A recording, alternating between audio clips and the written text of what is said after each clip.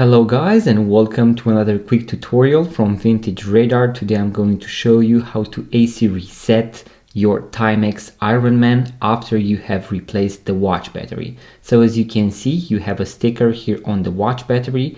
After battery insertion, short AC pad and battery to reset. So you need to connect the AC with the plus of the battery in order to reset. Now what you want to do is to have a metallic pair of tweezers. In case you do not have one around, I would definitely recommend to go online and purchase this basic watchmaker toolkit, because you have all the basic tools that you need in order to start on your watches. I'm going to leave a link in the description box below, so make sure to check it out.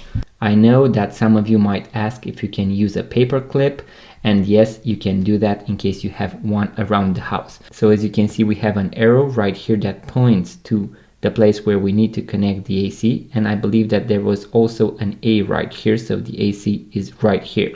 So what you want to do is to go underneath the sticker, and then you want to touch that part where you have the AC for 3 seconds. The watch should reset. As you can see, it went dark.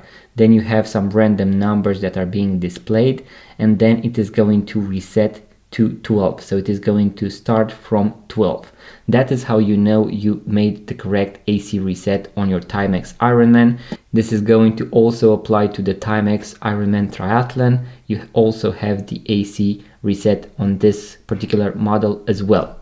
Now, in case you want to watch the full video on how to replace the watch battery on your Timex Ironman, I'm going to leave a link in the description box below, guys, so make sure to check it out.